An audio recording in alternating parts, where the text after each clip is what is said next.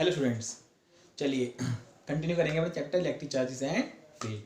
तो बेसिकली हमने स्टार्ट करा हुआ है अपना गॉस लॉ की एप्लीकेशंस। ठीक है, तो पिछली वीडियो में हम देख चुके हैं हमारी जो गॉस लॉ था उसकी दो एप्लीकेशन पढ़ चुके हैं। अगर हमारे पास एक वायर हो जिसकी लेंथ इनफाइनाइट है और जिसके ऊपर चार्ज यूनिफॉर्मली डिस्ट्रीब्यूटेड है, तो उसकी हेल्प जो हमारी इलेक्ट्रिक फील्ड होती है वो किस तरीके से कैलकुलेट करते हैं। ठीक है, जो कि हमारा आया था electric field equals to lambda upon 2 pi R epsilon naught. ये वो इलेक्ट्रिक फील्ड थी जो बेसिकली किसी भी चार्ज वायर की वजह से प्रोड्यूस होती है। ठीक है, उसके बाद हमने देखा था कि अगर एक प्लेन शीट हो जिसकी लेंथ इनफाइनाइट हो और जिसपे भी जो है चार्ज यूनिफॉर्मली डिस्ट्रीब्यूटेड हो, तो उसकी वजह से जो इलेक्ट्रिक फील्ड है वो कितनी होती है। तो वो हमारा आया था सिग्मा अपॉन 2 एप्सिलॉन नॉट। ठीक है, आप जानते हैं लैम्डा क्या होता है, linear charge distribution, and sigma क्या होता है हमारा surface charge distribution, where epsilon is the permittivity of free space. तो आज हम देखने वाले हैं अपनी लास्ट एप्लीकेशन गॉस लॉ की। ठीक है, electric field due to a uniformly charge thin spherical shell. तो बेसिकली हमारे पास क्या होगी, एक स्फेरिकल शेल होगी। इस स्फेरिकल शेल का मतलब है जो हमारा स्फेयर की फॉर्म में शेल होगी और वो भी हमारा थिन शेल होगी। ठीक है ना, बहुत ही पतली शेल होगी स्फेरिकल फॉर्म में। तो उसकी वजह से जो इलेक्ट्रिक फील्ड प्रोड्यूस होगी वो निकालेंगे। ठीक है, तो जो हमारे केस बनेंगे स्फेरिकल शेल के वो दो केस बनेंगे। एक तो शेल के अंदर कितनी इलेक्ट्रिक फील्ड होगी और एक शेल के बाहर कितनी इलेक्ट्रिक फील्ड होगी। ठीक है, चलिए स्टार्ट करते हैं। तो टॉपिक है हमारा electric field due to a uniformly charge thin spherical shell. ठीक है, दो हम पढ़ चुके हैं। एक तो लीनियर चार्ज थ्रू बाय जो हमारा वायर था, जब वायर के ऊपर चार्ज डिस्ट्रीब्यूटेड था, और एक हमारा शीट के ऊपर। ठीक है, चलिए तो स्टार्ट करते हैं हमारी लास्ट एप्लीकेशन। ये गॉस लॉ की लास्ट एप्लीकेशन है एंड इस चैप्टर की भी जो है हमारी ये लास्ट क्लास होने वाली है। ठीक है, चलिए तो दो केस बनेंगे हमारे, दो केस बनने वाले हैं ना, एक तो शेल के अंदर और एक शेल के बाहर। ठीक है, तो पहला ले लेते हैं आउटसाइड दी शेल। ठीक है, अच्छा जो हमारी स्फेरिकल शेल होगी उसकी जो रेडियस होगी मान लेंगे कैपिटल आर। ठीक है, और जो हमारा पॉइंट होगा उसको मान लेंगे स्मॉल आर। ठीक है, इसका मतलब है R is greater than R. अब मैंने वाला ये लिखा क्यों है कि small R is greater than capital R, तो आप देख लेंगे, भी मैं डायग्राम बनाता हूँ। ठीक है, चलिए तो कंसिडर कर लेते हैं एक स्फेरिकल शेल है हमारी। ठीक है, तो हमने कंसिडर कर ली है एक थिन स्फेरिकल शेल। ठीक है, जिसके ऊपर चार्ज जो है यूनिफॉर्मली डिस्ट्रीब्यूटेड है। तो मान लेते हैं प्लस चार्ज है, आप माइनस भी ले सकते हैं। उससे क्या होगा, केवल इलेक्ट्रिक फील्ड की डायरेक्शन रिवर्स हो जाएगी। आपको बताइए प्लस की वजह से जो इलेक्ट्रिक फील्ड होती है it goes away from the positive charge, जो नेगेटिव की वजह से होती है it goes towards the negative charge. मतलब जो इस प्लस की वजह से इलेक्ट्रिक फील्ड होगी वो बाहर की तरफ होगी और नेगेटिव की वजह से अंदर की तरफ। ठीक है, ये आपको ऑलरेडी बताया। तो आप प्लस भी ले सकते हैं और नेगेटिव भी। तो मैंने क्या करा, एक स्फेरिकल शेल ले ली। ठीक है, जिसके ऊपर क्यू चार्ज डिस्ट्रीब्यूटेड है। ठीक है ना, यूनिफॉर्मली, और इसकी जो रेडियस है वो है हमारी कैपिटल आर। ठीक, आप कुछ भी मान सकते हैं, मैंने कैपिटल आर मान लिया। ठीक है, उससे जो है इसका रिलेशन चेंज नहीं होने का है। तो मैंने क्या करा, इस स्फेरिकल शेल की जो रेडियस हमने कैपिटल आर मान ली। ठीक है, अब इस शेल के बाहर एक पॉइंट ले लो, पी पॉइंट ले लो। ठीक है, इस पॉइंट का डिस्टेंस मान लो इससे स्मॉल आर। ठीक है, हमने क्या करा अभी तक, केवल एक स्फेरिकल शेल ली, इसके ऊपर Q amount of charge uniformly distributed है। ठीक है, और इस स्फेरिकल शेल है इसकी रेडियस मान ली हमने कैपिटल आर, और जिस पॉइंट पे भाई देखो ना आउटसाइड शेल लिखा है ना, तो इस शेल के बाहर हमने एक पॉइंट ले लिया पी पॉइंट। इस पी पॉइंट पे कितनी इलेक्ट्रिक फील्ड प्रोड्यूस होगी by this thin spherical shell, वो हम आज जो है इसके अंदर कैलकुलेट करेंगे। ठीक है, तो जो इस पी पॉइंट है इसका डिस्टेंस ले लिया हमने आर फ्रॉम दिस सेंटर। ये सेंटर है स्फेरिकल शेल का, वो मान लो। ठीक है, चलिए अब आपको पता है एप्लीकेशन गॉस लॉ में जब भी आप किसी भी सरफेस की वजह से इलेक्ट्रिक फील्ड निकालेंगे तो you should have a Gaussian surface. आपके पास एक गॉसियन सरफेस होना चाहिए। तो ध्यान से देखो, अगर मैं इस पॉइंट पे एक सरफेस बनाऊं और वो इसके सिमेट्रिक होना चाहिए, तो कैसा बनेगा, सिंपल सा है, वो क्या बनेगा हमारा स्फेयर। तो इस पी पॉइंट से होता हुआ क्या बना लेते हैं, गॉसियन सरफेस, जो कि हमारा होगा स्फेरिकल। ठीक है, so this is our Gaussian surface. ठीक, अब आपको पता है ये जो स्फीयर है वो कैसा होता है, 3D फिगर। तो 3D फिगर के अंदर हम क्या लगा देंगे, गॉस लॉ लगा देंगे, ठीक है। तो जो हमने फिनोमिना, जो कंसेप्ट हमने फर्स्ट और सेकंड एप्लीकेशन में देखी थी, वही सेम यहाँ करेंगे। क्या, सबसे पहले हम गॉस लॉ, सॉरी, फ्लक्स निकालेंगे simple E dot D A करके, उसके बाद गॉस लॉ लगा देंगे, दोनों को इक्वेट कर देंगे, हमारा फॉर्मूला आ जाएगा, ठीक है। चलिए, तो जो हमारा ये आर है, पॉइंट का डिस्टेंस है इस पी पॉइंट का इस ओ से, ठीक है। तो मान लेते हैं भाई इलेक्ट्रिक फील्ड कैसे होगी, बाहर की तरफ होगी ना, तो ये मान लेते हैं डी ए। डी ए क्या है, एरिया वेक्टर। अब आपको पता है क्लोज फिगर या 3D फिगर के लिए जो एरिया वेक्टर होता है वो उस सरफेस से 90 डिग्री पे होता है बाहर की तरफ। तो इस स्फेरिकल सरफेस पे हर जगह 90 डिग्री पे बाहर की तरफ होगा, इस तरफ इधर होगा, इस तरफ इधर होगा, ठीक है ना। तो जो है इस सरफेस पे 90 डिग्री पे ही हमारा क्या होगा, एरिया वेक्टर। तो मैंने केवल एक ले लिया, कहीं भी ले सकते हैं, मैंने यहाँ ले लिया, ठीक है। This is D A. अब इलेक्ट्रिक फील्ड भी जब होगी इस डायरेक्शन में होगी। भाई देखो, इलेक्ट्रिक फील्ड तो इससे निकलने वाली हर डायरेक्शन में होगी, मगर जो एरिया वेक्टर है वो इसके रेडियल होगा। रेडियल का मतलब है इलेक्ट्रिक फील्ड और एरिया वेक्टर दोनों क्या होंगे, एक ही लाइन में होंगे। एरिया वेक्टर भी इधर और इलेक्ट्रिक फील्ड भी इधर। और जो इलेक्ट्रिक फील्ड प्रोड्यूस होगी इस स्फेरिकल शेल की वजह से वो यूनिफॉर्म होगी, मतलब कि इस गॉसियन सरफेस पे हर पॉइंट पे सेम होगी, क्योंकि इस गॉसियन सरफेस की क्या है, सिमेट्रिकल सरफेस है। तो इस गॉसियन सरफेस पे जितना भी पॉइंट्स होंगे सब इक्वल डिस्टेंस होंगे इस ओ से या इस स्फेरिकल शेल से। तो इसीलिए जो हमारी इलेक्ट्रिक फील्ड होगी it will going to be constant, ठीक है, वो यूनिफॉर्म होगी। चलो, तो फ्लक्स निकाल देते हैं। Flux will B integration of E dot D A. अब ये क्या करा मैंने, देखो इसका मतलब होता है क्लोज फिगर, ठीक है। जो हमारा सर्कल का मतलब होता है इट मींस क्लोज फिगर। तो फ्लक्स निकाल रहे हैं इस क्लोज फिगर के थ्रू। तो फॉर्मूला क्या है, ई डॉट डी ए, शुरू से देखते आए हो आप, ठीक है। तो ई डॉट डी ए खोल दो, E D A cos theta. अब ये बताओ इस डी ए वेक्टर में और ई में कितना एंगल है, दोनों एक ही लाइन में, तो यहाँ पे हो जाएगा 0, कॉस 0, ठीक। चलिए, अब देखो ई की वैल्यू क्या है, ई तो निकालना है, ठीक है, मगर ई क्या है हमारा, कांस्टेंट है। तो ई क्या आ जाएगा, ई बाहर आ जाएगा, अंदर बचा डी ए, ठीक है, और cos 0 कितना होता है 1। तो हमारा फ्लक्स आ गया ई इंटीग्रेशन ऑफ डी ए, ठीक है। देखो सेम प्रोसेस चल रहा है जो हमने फर्स्ट और सेकंड एप्लीकेशन में भी करा था, ठीक है। अब ध्यान से देखो, जो डी ए है, छोटे छोटे एरिया वेक्टर को अगर ऐड करोगे तो क्या बन जाएगा, पूरा एरिया बन जाएगा। तो इसका मतलब है ये बन गया हमारा ई ए, ठीक है। देयरफॉर फ्लक्स इक्वल्स टू ई ए। ये हमारा इलेक्ट्रिक फ्लक्स आ गया जो इस स्फेरिकल शेल की वजह से इस गॉसियन सरफेस से निकलेगा, ई ए, ठीक है। Where A is the area of this Gaussian surface. Put कर लेंगे अभी, है ना। चलिए, ये तो हो गई हमारी क्वेश्चन नंबर फर्स्ट। अब क्या लगाएंगे, simply Gauss law. Now using Gauss law, सब में सेम प्रोसेस है बेटा, सब में सेम प्रोसेस है। पहले फ्लक्स निकालो नॉर्मल फॉर्मूले से, उसके बाद गॉस लॉ लगाओ, दोनों को इक्वेट करो and you get final formula.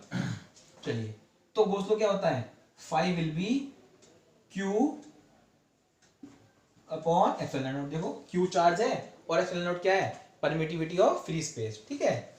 So flux की वैल्यू एक ये है, एक ये है। अब हम क्या करेंगे, इन दोनों को क्या कर देंगे, equate from first and second.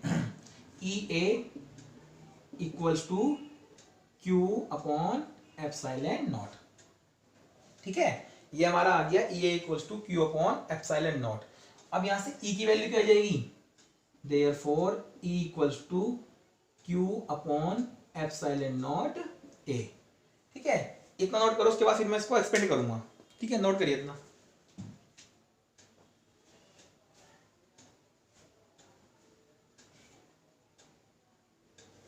चलिए, हो गया, रब कर दूं, चलो ऊपर रब कर देते हैं इतना। देखिए, तो हमारा फॉर्मूला आ गया, therefore E equals to Q upon epsilon naught A, ठीक है। अब इस स्फीयर का एरिया कितना होगा, area will be 4 pi R square. इस गॉसियन सरफेस की आर क्या है, small R, so it will be 4 pi R square, clear. So therefore E will be Q upon epsilon naught और ए हो गया हमारा 4 पाई आर स्क्वायर, ठीक है, इसको हम ऐसे लिख सकते हैं Q upon 4πε0 r square. This is the final electric field due to thin spherical shell outside the shell. तो ये हमारा फाइनल इलेक्ट्रिक फील्ड का एक्सप्रेशन आ चुका है, जो कि थिन स्फेरिकल शेल की वजह से प्रोड्यूस हो रही है outside the shell at a distance r। ठीक है, ध्यान से देखो, ये जो इलेक्ट्रिक फील्ड है क्या है हमारा, Q अपॉन 4πε0 r स्क्वायर। अगर आपको याद हो फॉर्मूला इलेक्ट्रिक फील्ड का, नॉर्मल इलेक्ट्रिक फील्ड का, which is due two point charge, वो भी ये आता है। इसका मतलब है जो हमारी ये स्फेरिकल शेल है, it seems to be like behaving like a point charge.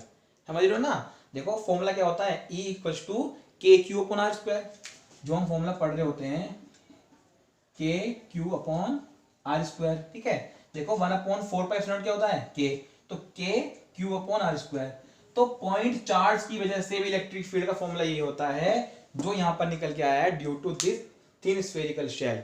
इसके ऊपर चार्ज जो है यूनिफॉर्मली डिस्ट्रीब्यूटेड है। तो एक तरीके से जो हमारी स्फेरिकल शेल है, it is behaving like a point charge.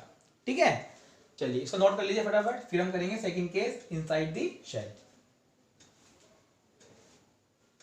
Done, चलो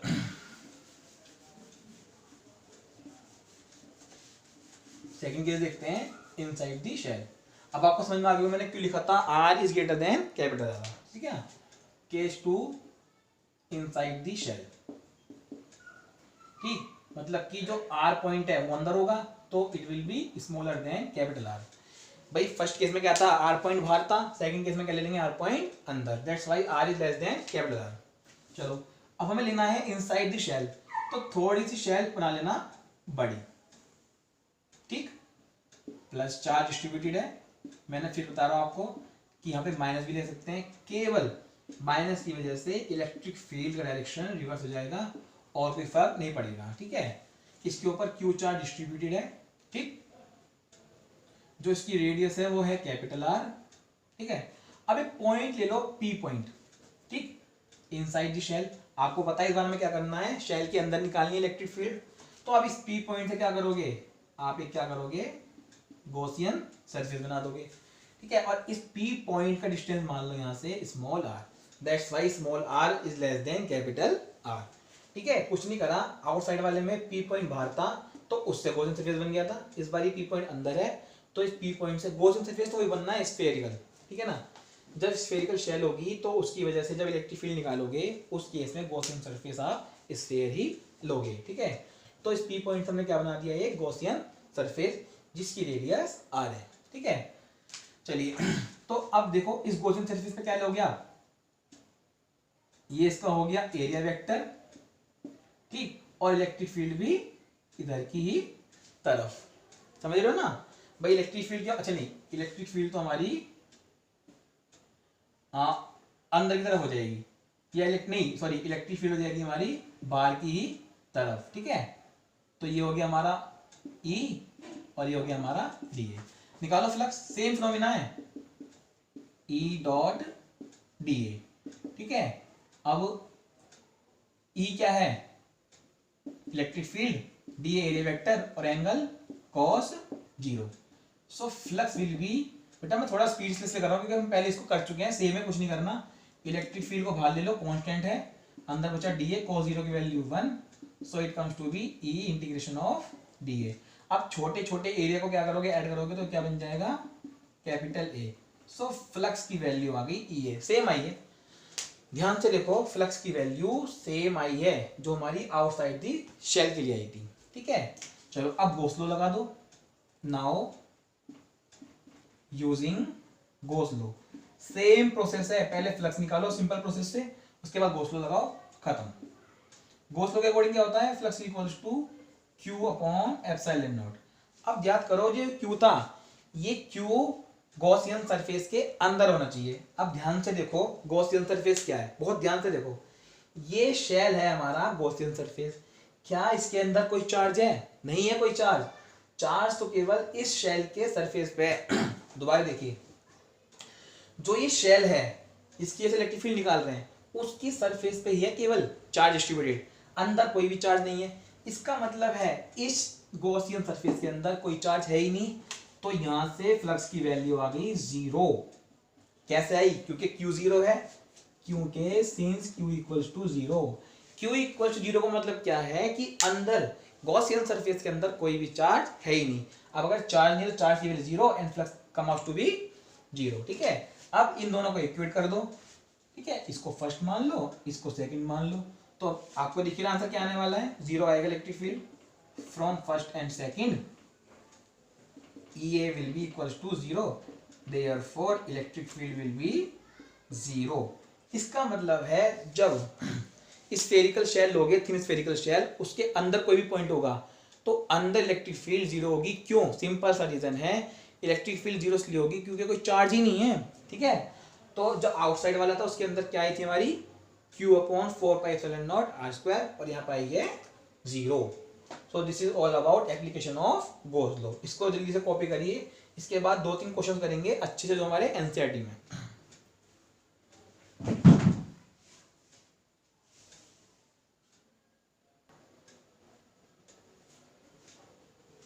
चलिए, हो गया बेटा, रफ कर दूं? चलो,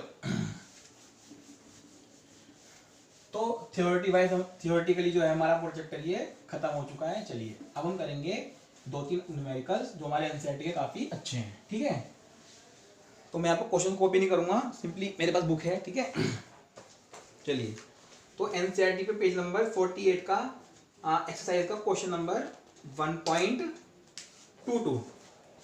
तो हमारा ये एक्सरसाइज का है 1.22। ठीक है, आप क्वेश्चन देख सकते हैं, मैं एक बार फिर भी रीड कर देता हूँ क्वेश्चन। एक यूनिफॉर्मली चार्ज कंडक्टिंग स्फीयर है, ठीक है, जिसका डायमीटर कितना रखा है 2.4 मीटर। तो लिख लेते हैं डायमीटर ऑफ स्फीयर 2.4 मीटर। मैंने बता रखा है आपको, फिजिक्स का किसी भी टाइप का न्यूमेरिकल करना है, सिंपल सा फंडा एक ही है, राइट डाउन गिवन फर्स्ट। ठीक है, तो डायमीटर दे रखा है 2.4 मीटर और सरफेस चार्ज डेंसिटी है 80 microcoulomb per metre square. Surface charge density मतलब होता है sigma, 80 micro coulomb per metre square. अब ध्यान से देखो, माइक्रो में हो, मिली में हो, नैनो में हो, उसको सीधा सीधा कूलम में चेंज कर देते हैं। तो यही की इसको चेंज कर दो, 80 into 10⁻�6 coulomb per metre square. आपको पता होना चाहिए कि एक माइक्रो कूलम में 10⁻�6 कूलम होता है। ठीक है, चलिए, तो हमारा स्फीयर का डायमीटर रखा 2.4 मीटर और सरफेस चार्ज डेंसिटी रखी है 80 microcoulomb per metre square. Change कर लिया। पहला पार्ट बोल रहा है चार्ज निकालो स्फीयर का। ठीक है, चलो पहले पहला पार्ट करते हैं। तो इन्होंने पूछा है कि चार्ज बताओ कितना है स्फीयर पे। जो ये स्फीयर है इसका डायमीटर 2.4 मीटर दे रखा है और सरफेस चार्ज डेंसिटी दे रखी है 80 into 10⁻�6 coulomb per metre square. तो चार्ज बताओ उसके अंदर, चार्ज उसके ऊपर चार्ज कितना है। ठीक है, चलिए, अब आपको पता है सरफेस चार्ज डेंसिटी का फॉर्मूला क्या होता है, वी नो दैट, बहुत सिंपल क्वेश्चन है बेटा ये, sigma equals to Q upon area. ठीक है, याद है ना, सरफेस चार्ज डेंसिटी जो है sigma equals to charge per unit area, तो क्यू अपॉन ए। सिग्मा दे रखा है, क्यू निकालना है, एरिया चाहिए, एरिया नहीं है। आप जानते हो स्फीयर है, स्फीयर का एरिया कितना होता है 4πr²। रेडियस है नहीं, सर डायमीटर दे रखा है। तो बेटा अगर डायमीटर दे रखा है तो क्या हम रेडियस नहीं निकाल सकते हैं? बिल्कुल निकाल सकते हैं। 2.4/2 it comes out to be 1.2 metre. It means हमारे पास इस स्फीयर की रेडियस भी आ गई है, सिग्मा भी है। तो पहले यहाँ पे निकाल लो आप एरिया, ये सीधे सीधे ही पुट कर लेना, therefore Q equals to sigma into A. Done, formula है, पुट कर दिया, Q हो गया सिग्मा इंटू ए। तो हमारा सिग्मा की वैल्यू कितनी है 80 इंटू 10⁻�6 इंटू एरिया क्या होता है 4πr²। ठीक है, 80 इंटू 10⁻�6 इंटू 4πr की वैल्यू कितनी है, अच्छा पाई की वैल्यू लिख दो यहाँ पे 22/7 और हमारा r कितना हो गया 1.2 और इसका स्क्वायर। ठीक है, तो हमारा चार्ज किसके इक्वल हो गया 80 इंटू 10⁻�6 इंटू 4 इंटू 22/7 r का स्क्वायर, r कितना था 1.2। ठीक है, तो आप इसको सोल्व कर लीजिए, सोल्व करने के बाद आपका आंसर आएगा। अच्छा पहले इसको सोल्व कर लीजिए आप। ठीक है, सोल्व करो फटाफट इसको।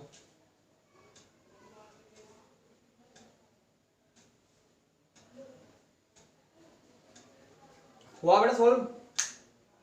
करिए फटाफट करिए। चलिए सोल्व कर लीजिए। आंसर आपके पास ये आएगा 1.45 10⁻³ कूलम। ठीक है, बिल्कुल सही कराया है। अगर आपका ये आंसर नहीं आता है इसका मतलब आपकी कैलकुलेशन में कहीं ना कहीं मिस्टेक है। ठीक है, और बात रही कैलकुलेशन करने की, तो सीधा सीधा क्या करना, 80 को 4 से, 22 से, और 1.2 का स्क्वायर होगा 1.44, उसको इंटू करने के बाद 7 से डिवाइड कर देना।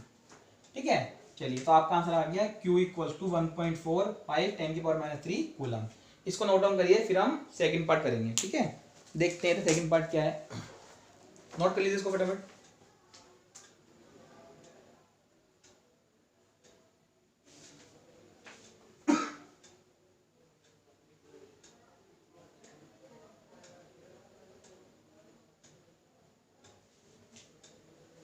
चलिए डन। तो सेकंड पार्ट दे रखा है हमारा, find the what is the total electric flux.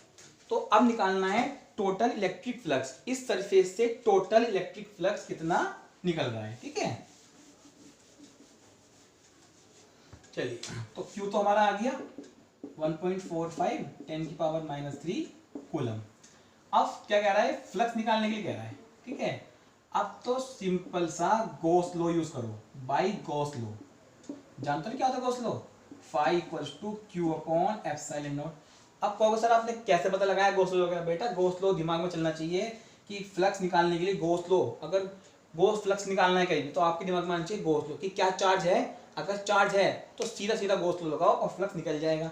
तो चार्ज तो अभी निकाला है, तो हमारा फ्लक्स हो गया, चार्ज की वैल्यू दो 1.45 10⁻³ और एप्सिलॉन की वैल्यू जानती हो 8.85 10⁻12। ठीक है, तो इसको आप सोल्व कर लीजिए। ये अराउंड आपका 1.45/8.85 पावर पर भेज दो, 10⁻³ इंटू 10⁻+12 हो जाएगी, बढ़ जाएगी। ठीक है, सो ये हो गई 12 - 3 9, तो 1.45 8.85 10⁻9। अब एक काम करो, एक 10 को उसमें मल्टीप्लाई कर दो। ठीक है, तो ये हमारा हो जाएगा 1.45 इंटू 10 इंटू 10⁸। मैंने क्या करा, पावर तोड़ ली, एक पावर को इसमें इंटू करूंगा मैं अपॉन 8.85। मैं आपको बता रहा हूँ ट्रिक सोल्व करने की, इसको है ना।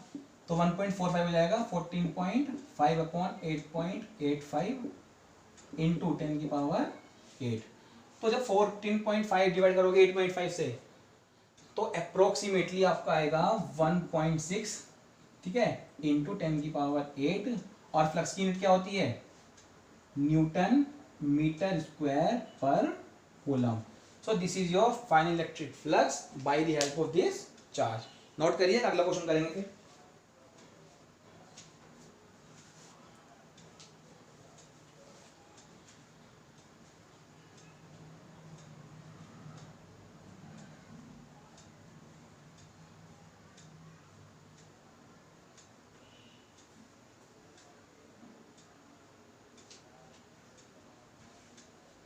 चलिए डन। बेटा बहुत इजी क्वेश्चन होते हैं, एक बार कंसेप्ट समझ में आना चाहिए आपको, क्वेश्चन बिल्कुल भी इसके हार्ड नहीं होंगे। ठीक है, चलिए 1.22 देख लिया। अब हम देखेंगे अगला क्वेश्चन। ठीक है, ये मैं इसलिए ले रहा हूँ क्योंकि ये अच्छे क्वेश्चन है, काफी एनसीईआरटी के, और सबसे पहले हमें एनसीईआरटी क्वेश्चन जरूर करने चाहिए। ठीक है, तो हमारा है 1.23। ठीक है, 1.23 में क्या दे रखा है, एक इनफाइनाइट लाइन चार्ज है। ठीक है, जिसकी वजह से कितनी फील्ड प्रोड्यूस हो रही है, 9 × 10⁴ 9 × 10⁴ न्यूटन पर कूलम दे रखी वैल्यू कि एक इनफाइनाइट लाइन चार्ज है। बेटा लाइन का मतलब एक वायर है बेसिकली, और वो भी कैसा है, इनफाइनाइट। ठीक है, तो आप समझ जाओ कौन सा केस लगेगा, एप्लीकेशन ऑफ गॉस लॉ का पहला केस। ठीक है, और eight a distance of 2 centimetre. Distance का मतलब है, आपको याद हो मैंने जो डिस्टेंस है उसको क्या माना था, आर। तो आर की वैल्यू कितनी है, 2 सेंटीमीटर। इसको आप मीटर में चेंज कर सकते हैं। यस, जब आप मीटर में चेंज करेंगे तो it comes out to be 0.2 metre. अगर आप 2 सेंटीमीटर को मीटर में करोगे तो यू शुड डिवाइड बाई 100। जब डिवाइड करोगे तो क्या आ जाएगा, 0.02 मीटर। ठीक है, आई होप समझ में आ रहा होगा। तो सिंपल इलेक्ट्रिक फील्ड दे रखी है और आर पॉइंट दे रखा है। क्या बोल रहे हैं, कैलकुलेट लीनियर चार्ज डेंसिटी। मतलब लैम्डा निकालने के लिए बोल रहे हैं, इलेक्ट्रिक फील्ड दे दी, रेडियस दे दिया और लीनियर चार्ज डेंसिटी कैलकुलेट करवा रहे हैं। तो सीधा सीधा आपको पता होना चाहिए, हमारा इलेक्ट्रिक फील्ड दे रखी है तो इलेक्ट्रिक फील्ड का फॉर्मूला लगा दो ना, ड्यू टू लीनियर चार्ज। तो देखो we know that electric field due to infinite, इसको आपको लिखना होगा ना, due to infinite linear charge. ठीक है, कितना होता है, that is equals to lambda, पहला किस करवा था ना, 2 pi epsilon naught R equals to lambda upon 2 pi epsilon naught R. ठीक है, तो लैम्डा ऐसे निकल जाएगा E into 2 pi epsilon naught R. अब देखो ई है, यस ई है हमारे पास, 9 इंटू 10 की पावर 4 इंटू 2 पाई 22/7, एप्सिलॉन कितना होता है 8.85, 10 की पावर -12 और आर कितना है 0.02। ठीक है भाई, देखो सिंपल से क्या है, इलेक्ट्रिक फील्ड दे रखी है, आर पॉइंट दे रखा है, लैम्डा निकालना है। तो we know that electric field due to infinite linear charge E equals to lambda upon 2 pi epsilon naught R. तो लैम्डा हो गया हमारा E into 2 pi epsilon naught R, E की वैल्यू पुट कर दी एप्सिलॉन नॉट की और are की। तो 9 इंटू 10 की पावर 4 इंटू 2 पाई की वैल्यू रख दी, एप्सिलॉन की वैल्यू रख दी और आर की वैल्यू रख दी। ठीक है, तो इसको आप सोल्व कर लेना, सोल्व करने के बाद आपका आंसर 10 की पावर -7 हमारा कूलम पर मीटर आ जाएगा।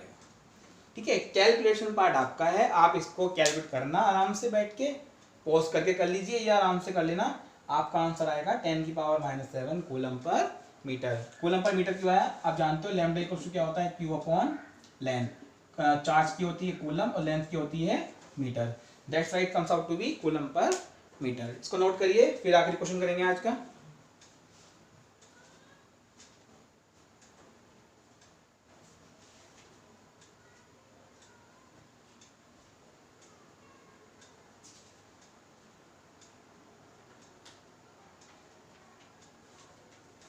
डन, चलिए तो अच्छा क्वेश्चन है अगला, जो हमारा 1.24 है, अगला क्वेश्चन जो करेंगे काफी अच्छा है।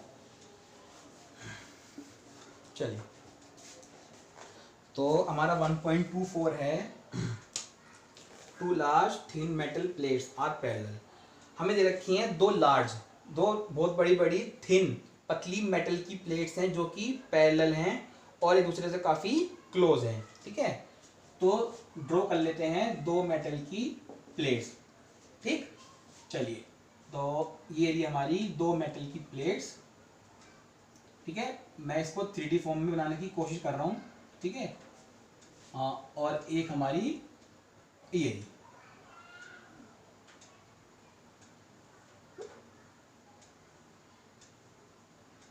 ठीक है, तो ये हमारी दोनों पैरेलल हैं, देखो इस तरीके से देख सकते हो आप, ऐसे दो ऐसे पैरेलल हैं। ठीक है ना, और काफी बड़ी हैं ये और थिन है, बिल्कुल पतली मेटल की प्लेट्स। ठीक है, are parallel and close to each other on their inner faces. जो इनके अंदर वाले फेसेस हैं उस पे द प्लेट्स है surface charge densities of opposite sign and of magnitude 17 sigma दे रखा है, 17 इंटू 10 की power -22 coulomb per metre square, 17 10 की पावर 22। ठीक है, what is E in the outer region second plate and between the plate. चलिए देखिए, हमारे पास दो मेटल की प्लेट्स हैं, बहुत ध्यान से देखिए, दो मेटल की प्लेट्स हैं जो कि पैरेलल हैं और काफी एक दूसरे से क्लोज हैं, काफी क्लोज है ना। अब इन दोनों पे जो सरफेस चार्ज डेंसिटी है वो कितनी है, 17 इंटू 10 की power -22 coulomb per metre square. Surface charge density दोनों पे है मगर दोनों पे अपोजिट साइन, मतलब अगर इस पे पॉजिटिव है तो इस पे नेगेटिव, अगर इस पे नेगेटिव तो इस पे पॉजिटिव। तो किसी पे भी पॉजिटिव ले लो, किसी पे भी नेगेटिव ले लो, आपकी मर्जी है। और इनके अंदर वाले सरफेस पे, इनसाइड सरफेस पे, तो मान लेते हैं यहाँ पे प्लस सिग्मा है और इसके अंदर वाले में मान लेते हैं माइनस के सिग्मा है। ठीक है, तो जब इसको मान लेते हैं प्लेट ए, इसको मान लेते हैं प्लेट बी, भाई नाम दे दिया आसानी रहेगी ना। तो ये हमारी प्लेट ए है, इस पे प्लस सिग्मा है, ये प्लेट बी इस पे माइनस सिग्मा है अंदर की तरफ, क्वेश्चन में बोला हुआ है। ठीक है ना, और सिग्मा की वैल्यू है 17 इंटू 10 की power -22 coulomb per metre square. तो ये कह रहे हैं इलेक्ट्रिक फील्ड निकालो, इलेक्ट्रिक फील्ड निकलवा रहे हैं ना, यस, इलेक्ट्रिक फील्ड निकालो इन दोनों प्लेट्स के बीच में, फर्स्ट प्लेट के बाहर और सेकंड प्लेट के आउटसाइड रीजन में। तो कहने का मतलब है, एक तो फर्स्ट प्लेट मान लो, इसको मान लेता हूं मैं ए प्लेट के बाहर वाले रीजन में निकालनी है इलेक्ट्रिक फील्ड, तो इसको मान लेते हैं, इसको मान लेते हैं हम फर्स्ट रीजन, इसको मान लेते हैं सेकंड रीजन, इसको मान लेते हैं थर्ड रीजन। क्यों माना बेटा, पार्ट दे रखे हैं, पहले पार्ट में फर्स्ट प्लेट के बाहर वाला निकालना है, सेकंड पार्ट में सेकंड प्लेट के बाहर वाले रीजन में निकालना है, और थर्ड पार्ट में दोनों प्लेट्स के बीच में निकालना है। ठीक है, चलिए तो इलेक्ट्रिक फील्ड निकालते हैं। ठीक है, so electric field in first region. तो आपको पता है इलेक्ट्रिक फील्ड कोई भी चार्ज प्रोड्यूस करता है। ठीक है, आपको पता है प्लस की वजह से अवे होती है और माइनस की वजह से टूवर्ड्स होती है। तो देखो यहाँ पे ये दो प्लेट्स हैं, इसके ऊपर प्लस चार्ज है, इसके ऊपर माइनस चार्ज है। अब वो यूनिफॉर्मली हो या ना हो, कहने का मतलब इलेक्ट्रिक फील्ड तो प्रोड्यूस होने वाली है। ठीक है, और ध्यान से देखो ये थिन प्लेट्स हैं, तो they will behave like a thin sheet, infinite sheet. ठीक है ना, याद है ना second application, electric field due to infinite plane sheet in which surface in which charge is distributed uniformly. ठीक है, तो ये हमारी वही शीट्स हैं। आपको पता होना चाहिए इन शीट्स की वजह से इलेक्ट्रिक फील्ड जो प्रोड्यूस होती है it is sigma upon 2 epsilon naught. ठीक है, तो इसकी वजह से भी ये प्रोड्यूस होगी, इसकी वजह से भी। ठीक है, बस फर्क क्या हो जाएगा, डायरेक्शन का। तो इस रीजन में इसकी वजह से इलेक्ट्रिक फील्ड होगी इस तरफ प्रोड्यूस। ठीक है, और इसकी वजह से होगी इस तरफ। देखो ना, प्लस की वजह से होता है अवे और माइनस की वजह से होता है टूवर्ड्स। तो इस प्लस की वजह से इस एरिया में इस तरफ जाएगी ई ए, और इस बी की वजह से इस तरफ। तो जो हमारा फर्स्ट रीजन की इलेक्ट्रिक फील्ड जाएगी it will be E A minus के ई बी। नहीं आया समझ में, चलो दोबारा देखो, ये भी चार्ज है, ये भी चार्ज है, जहां भी चार्ज रखा हो, जितने भी सरफेस हो, सबकी वजह से इलेक्ट्रिक फील्ड प्रोड्यूस होती है। और इलेक्ट्रिक फील्ड क्या है, वेक्टर क्वांटिटी। ठीक है, तो इस वाले चार्ज की वजह से इस तरफ जाएगी इलेक्ट्रिक फील्ड, इस वाले चार्ज की वजह से इस तरफ। तो इसकी मान ली ई ए, इसकी मान ली ई बी। तो ई ए इधर, ई बी इधर, तो मैंने क्या कर दिया, ई ए माइनस ई बी। भाई ये पास में इसलिए ई ए बड़ी हो सकती है। ठीक है, तो ई ए की वैल्यू बताओ, शीट की वजह से इलेक्ट्रिक फील्ड प्रोड्यूस होती है ये सिग्मा अपॉन 2 एप्सिलॉन नॉट, और सेकंड की वजह से भी ये होगी माइनस के सिग्मा अपॉन 2 एप्सिलॉन नॉट। कहोगे सर सिग्मा सेम कैसे, बेटा बोल रखा है दोनों की सिग्मा सेम है, केवल साइन अलग है। बात रही साइन के साथ, साइन की इनपुट करा, बेटा साइन के लिए हमने डायरेक्शन ले ली, या तो प्लस करो उसके बाद साइन लो नेगेटिव, या फिर सीधा सीधा डायरेक्शन कंसीडर कर लो, फिर आपके लिए प्लस माइनस का कोई भी रोल नहीं रह जाता।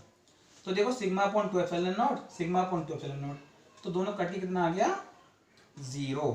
इसका मतलब है जो फर्स्ट रीजन है वहां पे इलेक्ट्रिक फील्ड कितनी है, 0। चलिए अब निकालेंगे सेकंड रीजन। अब तो आप समझ ही गए होंगे सेकंड में क्या आएगी, 0। कैसे, देखो इधर इलेक्ट्रिक फील्ड जाएगी इसकी वजह से, सॉरी प्लस की वजह से अवे, तो ई ए, इसकी वजह से तरफ जाएगी तो ई बी। भाई प्लस की वजह से अवे और माइनस की वजह से टुवर्ड्स, तो सेकंड एरिया में निकालो इलेक्ट्रिक फील्ड, ई बी कर लो इस बार, ई बी माइनस ई कर लो। ठीक, ई बी की value sigma upon 2 epsilon naught, और ई ए की भी sigma upon 2 epsilon naught, same है, कट गया and come out to be 0। ठीक है, थर्ड निकालते हैं। थर्ड बहुत ही इंटरेस्टिंग है, electric field in third area. देखिए इस प्लस की वजह से इलेक्ट्रिक फील्ड जाएगी इधर, इस माइनस की वजह से जाएगी इधर। देखो ध्यान से, इस प्लस की वजह से इलेक्ट्रिक फील्ड लेफ्ट से राइट जाएगी, और इस माइनस की वजह से इलेक्ट्रिक फील्ड लेफ्ट से राइट, क्योंकि ये खींचेगा और ये उसको ढकेलेगा। तो थर्ड एरिया में इलेक्ट्रिक फील्ड दोनों जुड़ जाएंगी। सो ई ए plus E B, E A की वैल्यू रखो सिग्मा अपॉन 2 एप्सिलॉन नॉट, इसकी भी क्या है सिग्मा अपॉन 2 एप्सिलॉन नॉट, तो ये हो गया 2 सिग्मा अपॉन 2 एप्सिलॉन नॉट। भाई 1 + 1 कितना होता है, 2 ही तो होता है, दोनों सेम टर्म्स हैं, तो 1 + 1 2, तो ये हो गया 2 सिग्मा अपॉन 2 एप्सिलॉन नॉट, इस 2 से 2 कट गया। So electric field third region में हो गई sigma upon epsilon naught. Done, अब वैल्यू पुट कर दीजिए। सिग्मा की वैल्यू कितनी रखी है, 17 इंटू 10 की पावर -22 अपॉन एप्सिलॉन की वैल्यू कितनी होती है 8.85 10 की पावर -12। ठीक है, इसको सोल्व कर लो, इसको सोल्व करना तो बहुत आसान है, इसको सोल्व कर लेते हैं। तो ये आ गया 17/8.5 अप्रोक्सीमेटली 8.5 टू 17 अप्रोक्सीमेटली 1.9 आ गया। -22 जाके ऊपर कितनी हो गई +12, सॉरी -12 जाके ऊपर कितनी हो गई +12, तो -22 + 12, तो ये हो गया -10। और इलेक्ट्रिक फील्ड की क्या होती है हमारा न्यूटन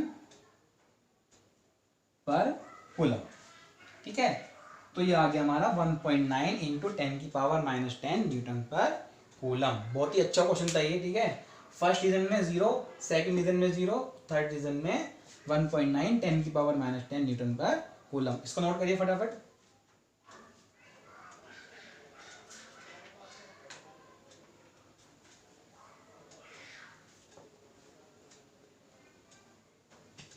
डन। चलिए, तो हमें 3 ही क्वेश्चन करने थे जो अच्छे क्वेश्चन हैं, 1.22, 1.23 एंड 1.24, और तीनों ही हम कर चुके हैं, ठीक है। तो आई होप आपको ये टॉपिक क्लियर होगा और पूरा चैप्टर भी क्लियर होगा। अगर किसी भी टॉपिक में कोई डाउट हो तो उस वीडियो को दोबारा देखें, क्योंकि टॉपिक मैंने इतने अच्छे समझा रखे हैं, आपको कोई भी डाउट नहीं होगा, ठीक है। और एनसीईआरटी के ज़्यादा से ज़्यादा क्वेश्चन प्रैक्टिस करें, बल्कि सारे प्रैक्टिस कर लें, और बुक से भी इसके क्वेश्चन प्रैक्टिस करें, ठीक है। तो ये टॉपिक हमारा, चैप्टर भी हमारा पूरा खत्म हो चुका है, इलेक्ट्रिक चार्जेस एंड फील्ड, ठीक है। तो ठीक है बच्चों, पढ़ते रहना। All the very best. अब पढ़ेंगे नेक्स्ट वीडियो में।